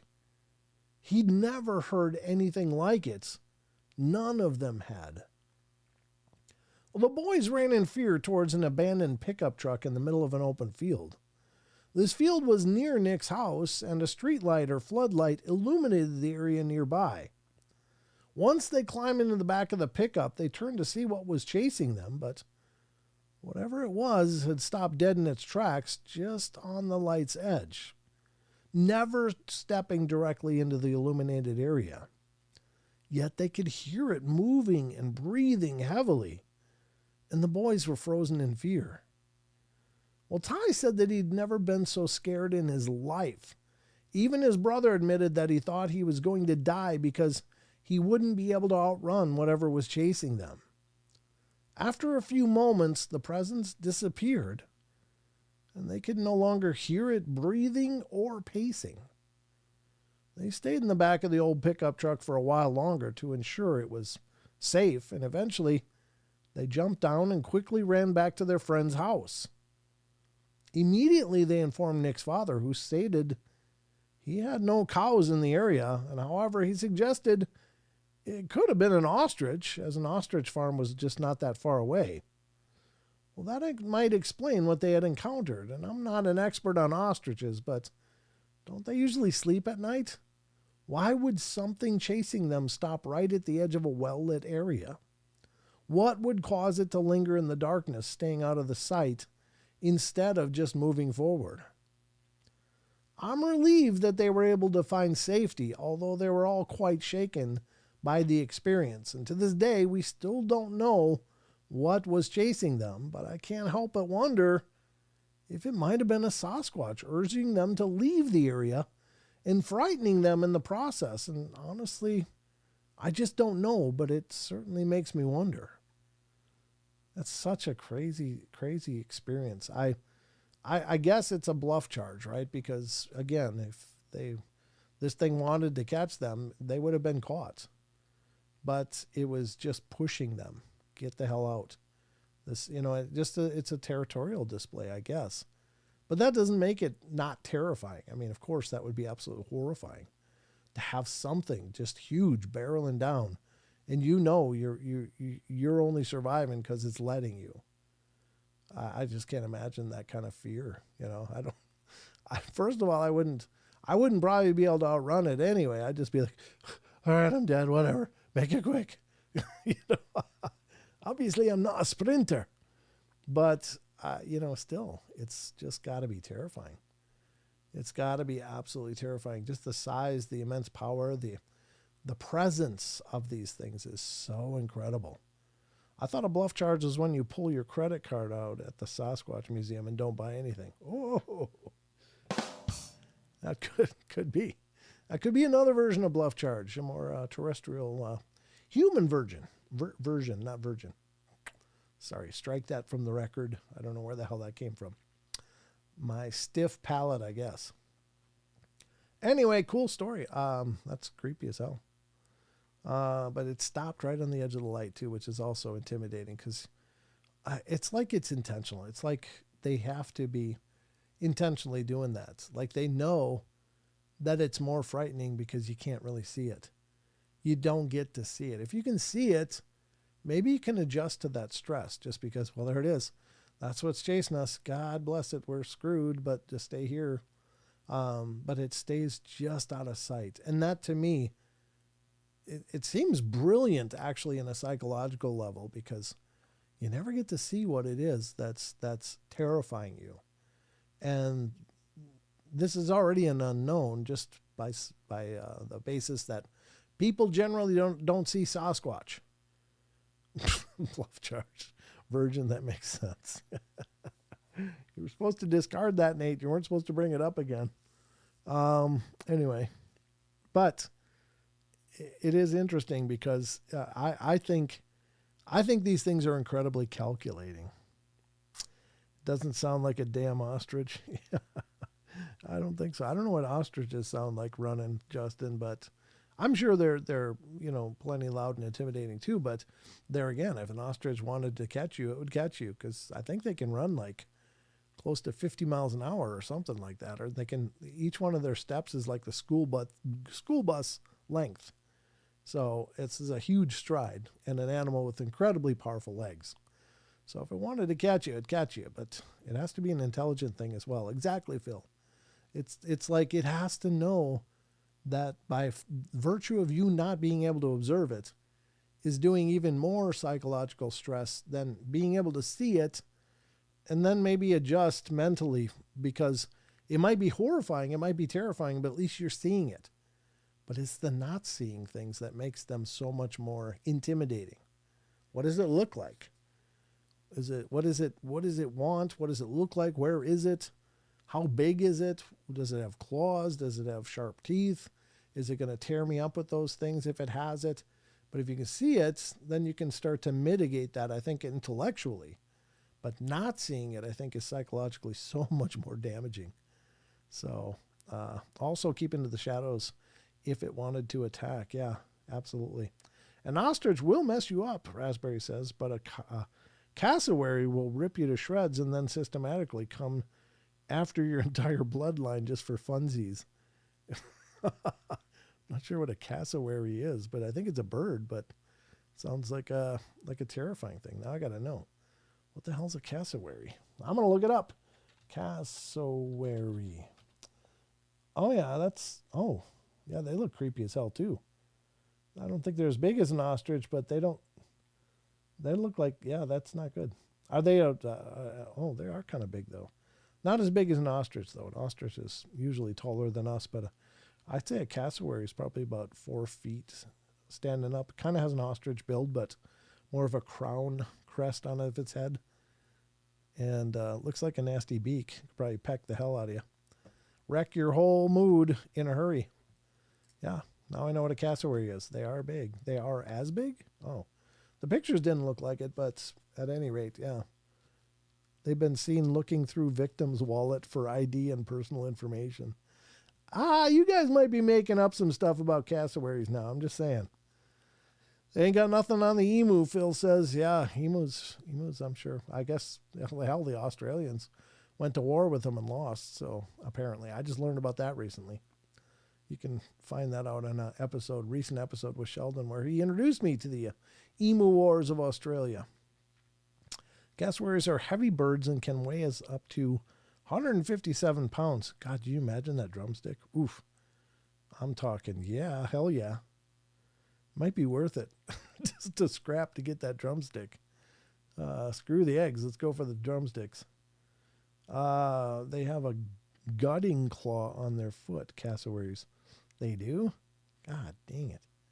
Man, we just drew the short straws on so many ways. Thank God we got brains. All right, let's go to the other one from Sasquatch Chronicles. Now I've learned about cassowaries. Didn't know about that. Red Edge Savage says, I was stared down by a Canadian goose once. I was trying to be friendly, but the bird wasn't having it. Yeah, apparently it was not. I'll put it on the smoker, Phil says. Well, there you go. Let's go to the next one. This one is from a smaller one from Sasquatch Chronicles from February 11th. Unknown creature. Listener writes, I was driving in Kansas, somewhere just a few miles from Norton, and it was about 7:30 in the morning. The sky was clear blue, no wind, just cold. And out of the blue, I felt something hit the back end of my car. It hit me hard enough to look It hit me hard enough to look in my rearview mirror, but I saw nothing. And then I looked in the side view mirror and saw something that looked to be about the size of a small pony or a really large dog running across the road. Well, the fields were empty, just fences and fields getting ready to be planted. I got a clear view of it. It had long flowing brown and white hair like what you'd see on an Afghan hound. On the whole body, my brain immediately thought I should stop because I assumed it was a dog. In the middle of nowhere, then I saw where the head should be, and my brain couldn't compute at all because it was a human face looking right at me as it ran across the road. I don't understand what I saw, but the vision is clear in my head 2 weeks later. My son thinks it was a skinwalker or dogman, but I don't really believe in that, so I'm not sure what to think. I'm just curious if there have been other similar sightings in the area or if I saw something that I just can't explain. I'd love your opinion. Again, how do you know? First of all, you're just getting a glimpse, but you're seeing a human-like face. I guess in terms of that, then I would have to say it's probably less likely dogman if you're seeing a human-like face. It's most likely, if it's going to be a cryptid, be a Bigfoot if it's hairy and has a human-like face. I guess I would just put my money on Bigfoot. I don't know. That's crazy. I don't know. Curious Potato, how you doing? I think if you got to have a tater, curious is good. Justin Gooder's over on X talking, no match for Jabberwocky. No match for a Jabberwocky. I think that was from a movie, wasn't it? The Jabberwocky, wasn't that the dragon thing from Alice in Wonderland with Johnny Depp? Something like that.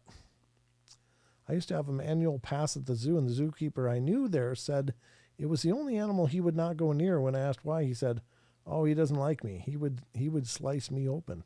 Is that another cassowary story? Is that a cassowary story, Raspberries? I've been seen looking through the victim's wall. Yeah, it must be a cassowary story. Okay. Gotcha. Oops. Didn't mean to do that. Dagger Dog. Yes, Brent. There you go. There it is. The Jabberwocky. I thought that was familiar.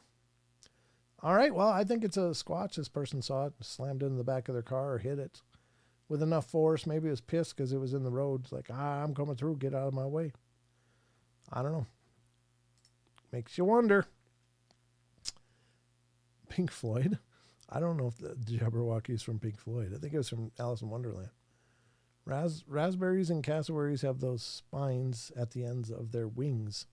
Murder birds. They have spines in their wings too? Damn. Yeah, you don't want to screw with the cassowary, I guess. I didn't know that. Curious Potato says, Barbie Bigfoots that I'd like to see. I guess. There was a Jabberwocky movie with a lot of Monty Python actors, but not a Monty Python movie. Oh, okay. Yeah, it sounds like a Sasquatch. I agree. Amy Creel says yes. Fair enough. Well, that's interesting stuff. I don't think we got time for much of anything else, folks, because we're down to just the minutes till the end of our journey here, which is fine. Again, I'm going to be joined by Brandy from Blondes in the Booze tomorrow night. And you can certainly join us then. We're going to talk to her about her experiences and let her bring us through her journey and her insights and ideas, much like we did with Krista. Let's not forget the Googway. Grandizer, you never forget the Googway. I think you're the only one in my chat that talks about the Googway a lot. Now, I'm not making fun of that. It's just, not a lot of people I don't think are really familiar with the Googway. It's allegedly a much more ferocious version of Sasquatch, maybe a cousin of the Sasquatch. I don't know. They seem to be two very distinct types of cryptids. But allegedly, some of the stories that I've heard claimed that the Googway will tear apart everything, including Sasquatch. And that's essentially, it sounds like Sasquatch, stay away from them. So I don't know. I don't know what it is. Great movie and poem, Curious Potato says. Jabberwocky. It's a Wookiee. Is that from Star Wars? Jabberwocky. Great show tonight, Wizard Moon says. Well, thank you. I appreciate that. Googway known as face eaters. Yeah. Just here and there, 66. Yeah. I've heard some terrifying stories of alleged Googway encounters, and sounds like it's like a blender with feet. Like it's like a food processor with feet. Like they are so aggressive and lethal to whatever they're attacking. So, Brent, with as many vids of alleged Bigfoot chasing people, do you have a top 5 or list of which you believe to be true?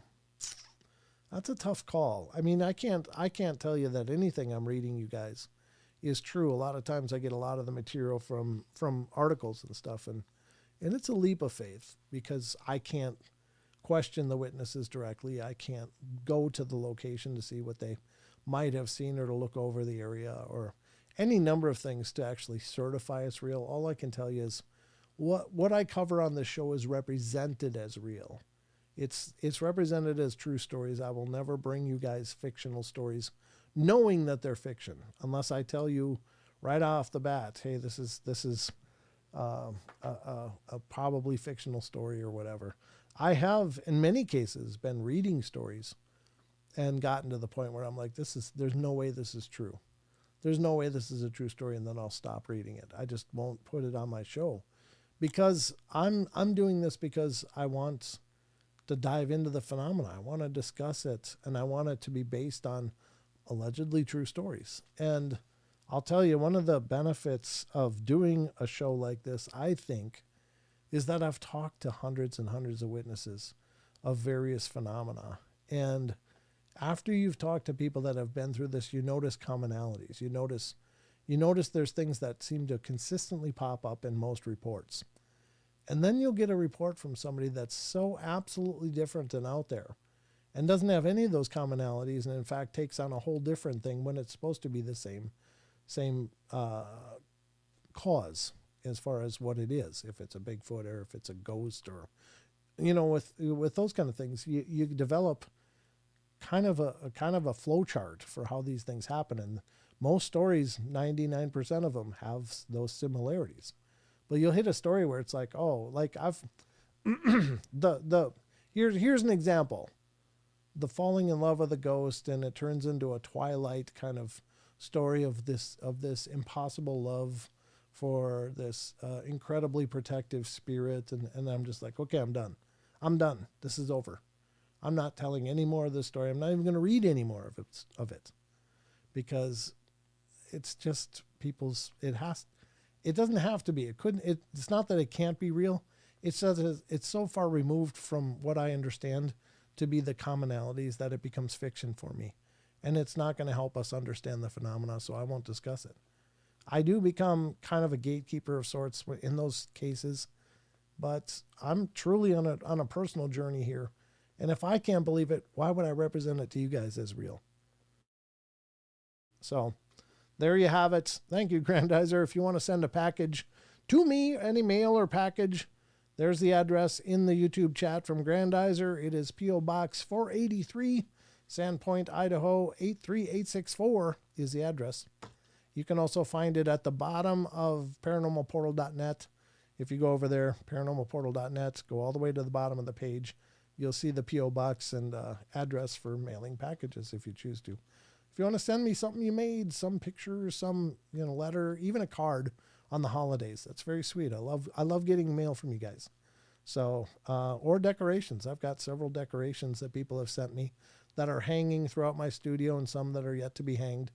But some beautiful stuff you guys have made and sent to me. So if you're the creative type and you want to send me something, I would be honored, and I'll put it up here in the studio. Can't always guarantee it's going to end up on screen, but it's on walls over here and over here. I've got stuff hanging all over the place, and I've got more to hang up that I haven't gotten to yet. So, Brent, I have a book of ghost short stories. It's fiction. If you're interested to have it when I'm done, it's a good read so far. It's fiction. If it's fiction, I appreciate the gesture. That's fine.